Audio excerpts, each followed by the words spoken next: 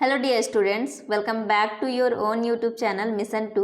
सो आज हम लोग इंग्लिश का सेकंड सेट करने जा रहे हैं। फर्स्ट सेट हम लोग कर लिए, ये दूसरा सेट है और इसी तरह से हम लोग 8 से 10 सेट करेंगे। तो आपको हर एक सेट देख लेना है।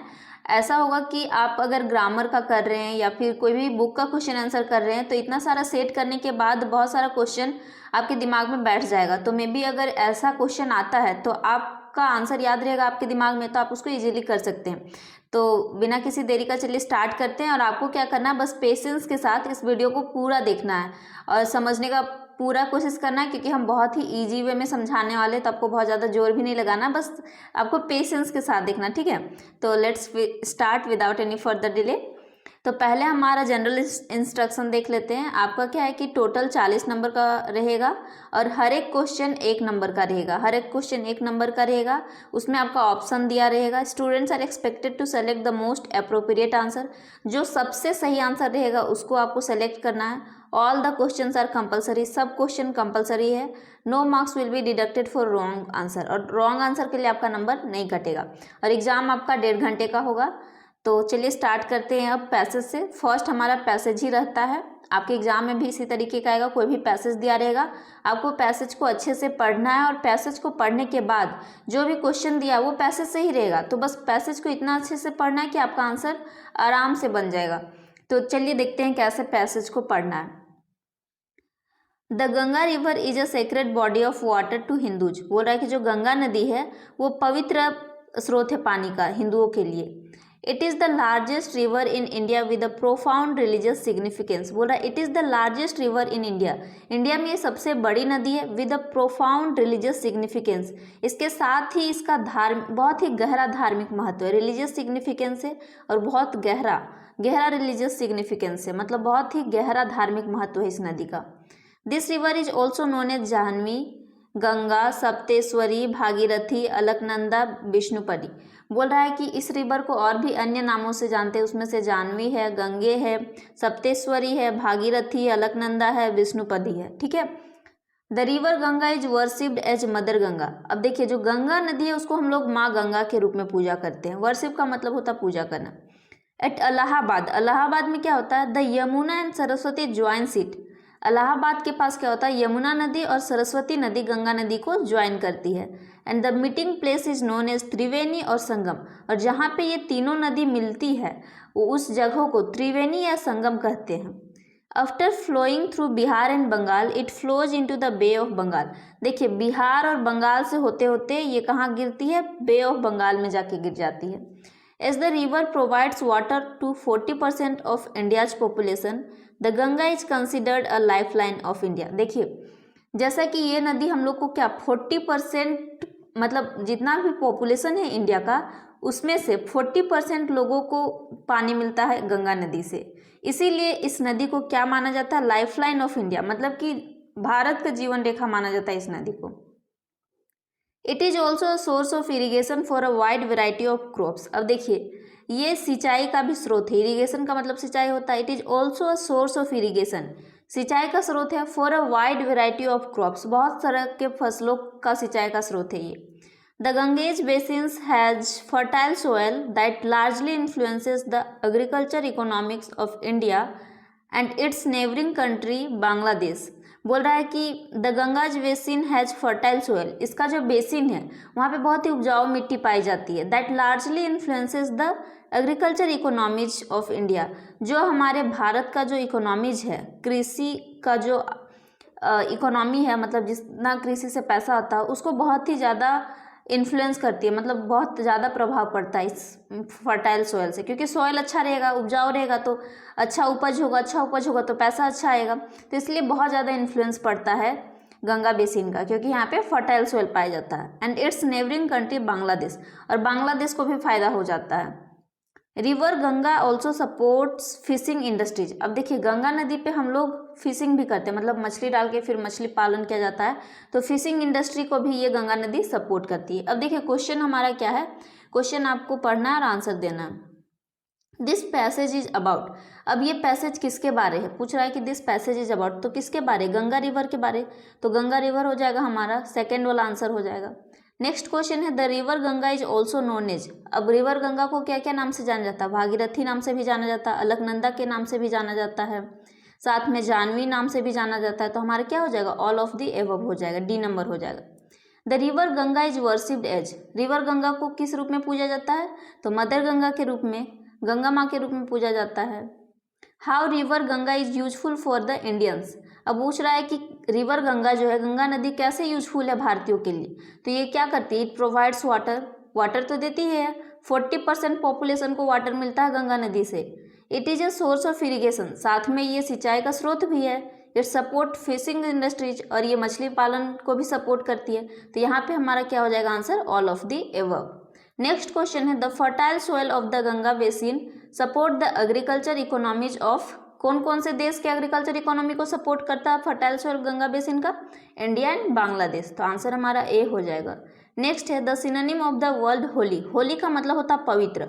अब यहाँ पे देखना है कि पवित्र जिसका मीनिंग होगा वही आंसर होगा, क्योंकि सिनोनिम का मतलब पर्यायवाची होता है, तो सेम मीनिंग देना चाहिए। तो पवित्र, सीक्रेट, सेक्रेट का मतलब होता है पवित्र, तो आंसर हमारा हो जाएगा डी। क्योंकि प्रोफाउंड का मतलब गहरा होता है, फर्टाइल का मतलब उपजाऊ, सपोर्ट का मतलब होता है कि सपोर्ट करना, तो यहाँ पे आंसर डी हो जाएगा। ठीक है।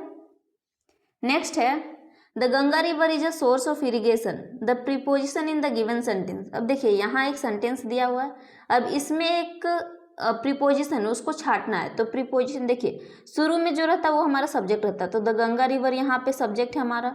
उसके बाद हेल्पिंग वर्ब आता है, तो इज हमारा हेल्पिंग वर्ब है। ए जो है हमारा यहाँ पे आर्टिकल है, तो यहाँ पे प्रीपोजिशन हमारा ऑफ है, तो आंसर ऑफ हो जाएगा हमारे। जहाँ पे आंसर ऑफ होगा तो यहाँ पे डी नंबर हमारा आंसर हो जाएगा। ठीक है।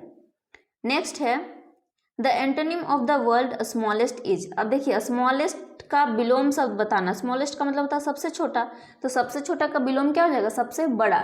एंटोनिम का मतलब होता है बिलोम, तो यहाँ पे लार्जेस्ट हो जाएगा, लार्जेस्ट आंसर हो जाएगा। लॉन्गेस्ट नहीं होगा, लॉन्गेस्ट का मतलब होता है सबसे लंबा, तो अगर हमारा रहता शॉर्टेस्ट तब होता लॉन्गेस्ट आंसर। ठीक है। नेक्स्ट है choose the correct options given in questions 9 to 14 and complete the letter given below. अब देखिए नीचे जो है एक लेटर दिया हुआ है, इसको आपको पढ़ना है, और नीचे ऑप्शन भी दिया हुआ है, उसको आपको चूज करके यहाँ पे भरना है। तो देखिए यहाँ पे फादर लिखा हुआ है, तो हम लोग फादर के पास लेटर लिख रहे हैं। अब फादर के पास लिखते हैं तो हम लोग क्या देते हैं? डियर फादर ऐसे बोलते हैं, हेलो फादर ऐसे तो नहीं बोलते, डियर फादर मतलब प्रिय पिताजी ऐसे बोलते हैं। तो हमारा यहाँ पे हो जाएगा डियर, बी आंसर हो जाएगा। तो 9 का हमारा हो जाएगा बी आंसर। ठीक है। तो देखिए बी हो जाएगा। नेक्स्ट है हमारा 10th नंबर में है आवर स्कूल इज। अब देखिए यहाँ पे इज लग गया, सब्जेक्ट है आवर स्कूल, उसके बाद इज आ गया, तो इसके बाद वर्ब का 4th फॉर्म आएगा, मतलब ING वाला आएगा। तो अब देखिए ऐसा यहाँ पे अगर होगा, देखिए ऑर्गेनाइज है, ऑर्गेनाइजिंग है, ऑर्गेनाइज्ड है, तो हमारा आंसर क्या हो जाएगा? ऑर्गेनाइजिंग, क्योंकि कंटिन्यूअस टेंस में है, प्रेजेंट कॉन्टिन्यूअस टेंस में है। प्रेजेंट कॉन्टिन्यूअस का रूल है सब्जेक्ट प्लस EJMR, EJMR आपको दिखेगा, उसके बाद आपको डालना है छांट के, तो वर्ब का 4th फॉर्म आ जाएगा, मतलब कि ING लगेगा, वर्ब लगा के फिर ING। तो आंसर हमारा क्या हो जाएगा? बी नंबर हो जाएगा 10th का। 11th में क्या है? We will go to Agra, we will see the Taj and other historical buildings, I need your. अब देखिए आई नीड योर क्या परमिशन मांग रहा होगा, तो 11 में देखते हैं ऐसा कुछ ऑप्शन होगा, तो अब क्या ऑप्शन है देखते हैं। I need your agreement, B है परमिशन, केयर, केयर तो यहाँ पे मांगेगा नहीं, केयर का मतलब तो ध्यान रखना, तो यहाँ पे ध्यान पापा का क्यों मांगेगा? अग्रीमेंट यहाँ पे करना नहीं, परमिशन अनुमति मांग रहा है, तो आंसर हो जाएगा बी। नेक्स्ट है हमारा 12 नंबर में देखते हैं। 12 नंबर क्या है हमारा?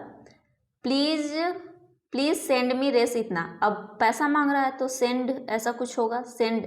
अब देखिए प्लीज दिया है तो वर्ब का 1st फॉर्म ही आएगा, सेंट नहीं हुआ। सेंट क्या है? सेंड का वर्ब V2 है, तो यहाँ आंसर हो जाएगा बी नंबर। सेंडिंग भी नहीं होगा, V4 भी नहीं होगा, क्योंकि प्लीज लगा हो तो वर्ब का 1st फॉर्म लगेगा, इज सेंडिंग भी नहीं होगा। नेक्स्ट है 13 नंबर। 13 नंबर देखते हैं क्या बोल रहा है। 13 में बोल रहा है सेंड मी रेस 1500 to make the necessary arrangements. अब देखिए अरेंजमेंट करना है तो पैसा क्यों मांगेगा? नेसेसरी अरेंजमेंट के लिए। तो 13 नंबर में देखिए अननेसेसरी दिया हुआ है, अननेसेसरी तो होगा नहीं, अननेसेसरी अरेंजमेंट तो करेगा नहीं, रिक्वायर भी नहीं होगा, रिक्वायरमेंट भी नहीं होगा, आंसर हो जाएगा डी। 14th नंबर में देखते हैं हम लोग। 14th में क्या है? 14th में योर सन। अब योर लविंग सन मतलब आपका प्यारा पुत्र, ऐसे ही ना बोलेगा, ऐसे तो देखिए यहाँ पे क्या हो जाएगा, लविंगली नहीं होगा, योर के बाद डायरेक्ट एडवर्ब नहीं आता है, तो लविंग आंसर हो जाएगा हमारा यहाँ पे, बी नंबर हो जाएगा। नेक्स्ट है choose the correct option and answer the following question. अब देखिए ये ना आपका टेंस का क्वेश्चन है, यहाँ पे एक सेंटेंस है और ये सेंटेंस बीच में फिल इन द ब्लैंक्स दे दिया, आपको यहाँ फिल करना। अब आप फिल कैसे करिएगा, देखिए आई यहाँ पे सब्जेक्ट है और इधर आपका कुछ दिया हुआ है ऑब्जेक्ट इधर, तो आई के बाद यहाँ पे दिया है न्यूज़पेपर एवरी मॉर्निंग, तो एवरी मॉर्निंग है मतलब कि ये मेरा डेली रूटीन है। अगर डेली रूटीन को बताने का काम हो रहा है, इसका मतलब कि ये प्रेजेंट टेंस में, सिंपल प्रेजेंट टेंस, और सिंपल प्रेजेंट टेंस का रूल है सब्जेक्ट के बाद वर्ब लगेगा और वर्ब के साथ एस या ईएस लग सकता है या नहीं भी लग सकता, उसके बाद ऑब्जेक्ट। तो यहाँ पे देखिए सब्जेक्ट है आई, उसके बाद इधर ऑब्जेक्ट है। अब बचा हमारा रीड, रीड्स, रीडिंग। अब आई हमारा फर्स्ट पर्सन है, फर्स्ट पर्सन के साथ हम लोग एस या ईएस नहीं लगाते वर्ब में, तो रीड आंसर हो जाएगा हमारा। रीड्स होगा नहीं, रीडिंग भी नहीं होगा, रीडिंग तब होता जब इज आर एम ऐसा कुछ रहता तब होता। नेक्स्ट है हमारा 16 number, the passive voice of the police caught the thief. देखिए ये सब चीज़ ना स्कूल में आप लोग को पढ़ना चाहिए, क्योंकि एग्ज़ाम के ठीक 1-2 दिन पहले अगर आप वॉइस वगैरह करें तो थोड़ा तो प्रॉब्लम होगा, लेकिन फिर भी हम आपको समझाने का पूरा कोशिश करें। तो देखिए वॉइस को जब भी चेंज किया जाता है ना, तो क्या होता है कि जो ऑब्जेक्ट होता है हमारा वो सब्जेक्ट बनता है और जो सब्जेक्ट होता है वो ऑब्जेक्ट बनता है, ठीक है। तो यहाँ पे हमारा क्या हो जाएगा, द थीफ पहले आ जाएगा। और उतना ही नहीं, आपको ये भी देखना है कि ये कौन से टेंस में है। ये देखिए the police caught the thief, यहाँ पे कैच का V2 है, मतलब कि ये सिंपल पास्ट में है। तो सिंपल पास्ट का हम लोग वॉइस चेंज करते हैं तो सब्जेक्ट के बाद वॉज या वर आता है, वॉज या वर आता है, उसके बाद हमारा आता है ऑब्जेक्ट, ऑब्जेक्ट आता है। तो अब देखिए ऑब्जेक्ट बनेगा सब्जेक्ट, तो द थीफ हो जाएगा पहले, द थीफ यहाँ पे हो जाएगा हमारा। अब द थीफ सिंगल है तो वॉज हो जाएगा, द थीफ वॉज। उसके बाद वर्ब का थर्ड फॉर्म आता है, हमेशा वॉइस में वर्ब का थर्ड फॉर्म ही आता है हेल्पिंग वर्ब के बाद, तो कॉट हो जाएगा। देखिए कॉट हो जाएगा, तो जहाँ पे होगा द थीफ वॉज कॉट, तो द थीफ वॉज कॉट कहाँ पे, बी नंबर में, तो बी आंसर हो जाएगा। फर्स्ट क्यों नहीं होगा, क्योंकि हमारा यहाँ V2 है, V2 मतलब पास्ट का बात हो रहा, तो ईज होगा नहीं क्योंकि ये प्रेजेंट को दर्शाता है। The thief is being caught, यहाँ भी ईज आ गया तो होगा नहीं। अब देखिए यहाँ बोल सकते हैं आपकी मैम ये तो हो सकता है, ये इसीलिए नहीं होगा क्योंकि यहाँ बीइंग है। बीइंग कब सही होता है, जब यहाँ पे रहता वॉज वर का यूज यहाँ पे हुआ रहता, तब यहाँ पे बीइंग हम लोग लगाते, ठीक है। ये अगर पास्ट कॉन्टिन्यूअस में रहता तब यहाँ पे बीइंग लगाते। तो थोड़ा बहुत आपको पढ़ना चाहिए स्कूल में, अगर नहीं पढ़े तो फिर भी बताइएगा अगर आपको अलग से वॉइस का वीडियो चाहिए तो, ठीक है।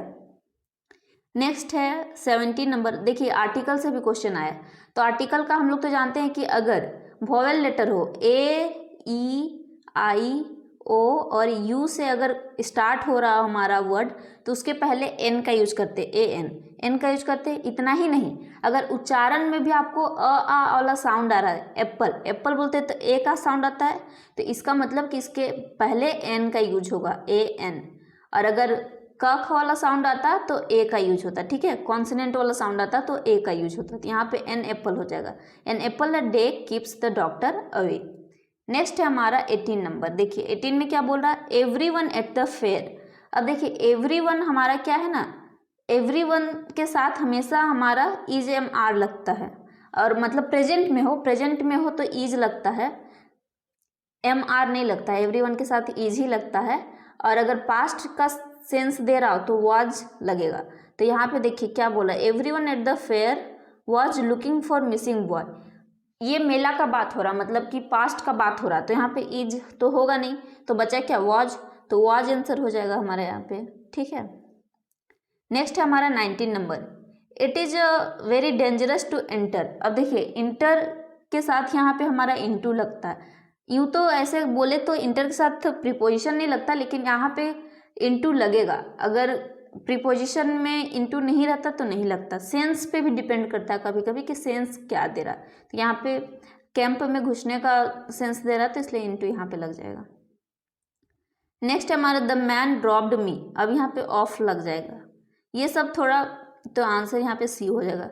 ये सब थोड़ा डिटेल में पढ़ने का ज़रूरत है, लेकिन इसमें सेट में इतना डिटेल पढ़ेंगे तो फिर वीडियो बहुत लंबा हो जाएगा। अब नेक्स्ट अगेन वॉइस में चेंज करना आपको, the passive voice of who wrote this book. अब देखिए हु रोट दिस बुक इस तरीके का रहेगा ना, जैसे कि क्वेश्चन WH वर्ड रहेगा शुरू में, उसके बाद यहाँ पे डायरेक्ट वर्ब रहेगा, तो आप WH को हु को बाई हुम कर दीजिएगा और यहाँ जो टेंस रहेगा उसी के हिसाब से फिर आगे बनाना है। ये हमारा सिंपल पास्ट है, तो सिंपल पास्ट का हम लोग जब वॉइस चेंज करते हैं तो वॉज वर यूज करते हैं, तो यहाँ पे हो जाएगा